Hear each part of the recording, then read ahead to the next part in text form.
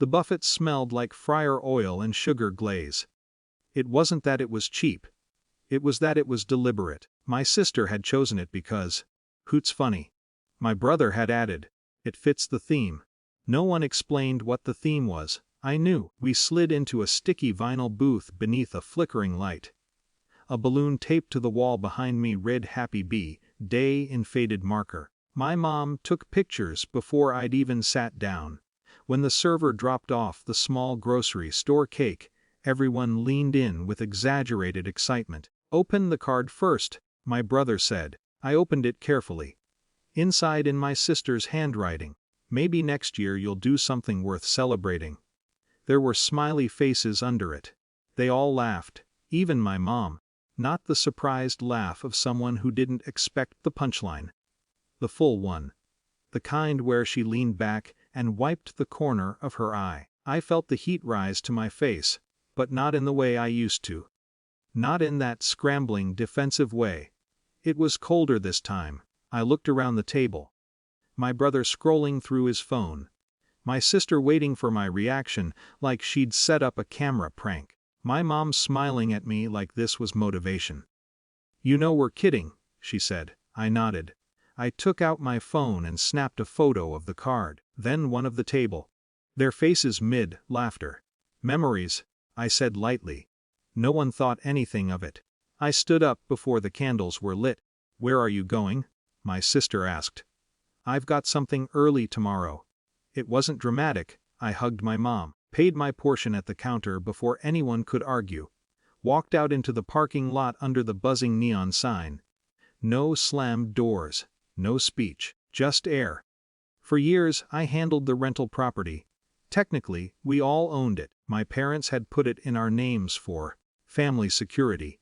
In reality, I did the filings, tenant screening, maintenance coordination, insurance renewals. I knew when permits expired and when inspections were due. They knew the rent showed up. Every time something went wrong, my phone rang. "You're good at this stuff," my brother would say. "You're organized." Organized meant responsible. Responsible meant invisible. The morning after my birthday, I opened my laptop. I drafted a formal notice of resignation as managing member. Filed it with the county clerk, submitted the updated records removing myself as registered agent. Sent confirmation to the property management portal. It wasn't revenge, it was correction. By law, someone else now had to step into the role. Someone had to sign compliance forms. Someone had to answer for safety certifications. I didn't announce it. 3 days later, the group chat lit up. "Mom, why did we get a notice from the city?" "Brother, what is this about a managing member change?" "Sister, did someone file something?" Then a screenshot, a formal email from the housing authority. Without a registered managing member on file and updated compliance documents, the property would face escalating fines and potential suspension of rental authorization within 30 days. "Mom, OP, what is this?" I watched the messages stack up. Urgency replacing emojis. "Brother, you handle this stuff. Just call them." "Sister, this is not funny," I typed slowly. "I stepped down as managing member on Monday.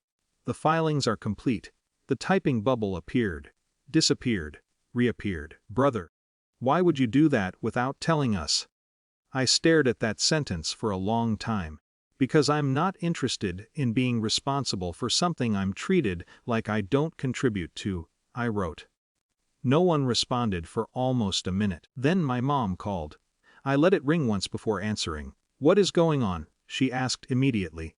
Not angry, alarmed. I resigned. Over a joke. "It wasn't about the joke," she exhaled sharply. "You're being dramatic. We were teasing you. You've always been so sensitive." There it was. The familiar script. "I'm not upset," I said evenly. "I just realized I don't want to be in charge of something I don't have respect in." Silence. "You know we rely on you," she said finally. Yes. "Then why would you put us at risk like this?" I thought about the buffet, the card, the laughter. "I didn't put you at risk," I said. "I removed myself from liability. Someone else can file the forms. I'll forward the contact information." Her voice tightened. "You can't just walk away from family." I didn't walk away, I stepped back. That property helps all of us. And it required work. I did that work. She didn't deny it. In the background, I could hear my brother asking what I was saying. "You're punishing us?" she whispered. "No," I said. "I'm stopping." Another silence, longer this time. "Fine," she said at last. "Said the information. I will." When I hung up, my hands were steady. The group chat shifted from accusation to logistics. Who would register? Who would take the compliance course? Who had time to meet inspectors? For the first time, the burden wasn't assumed to be mine. No one apologized, but no one laughed either. That night, I looked at the photo I'd taken of the card. The fluorescent light, the cake, their smiles. It didn't sting the way it had in the moment. It clarified something. I had spent years earning my seat at a table that kept moving. Stepping down didn't fix the dynamic. It didn't heal anything. It didn't suddenly make them see me differently. But it made me see myself differently. 3 days after my birthday, they were panicking because the systems I maintained were real. And so was my absence. I turned off notifications for the group chat and set my phone on the counter. The quiet felt unfamiliar. And honest.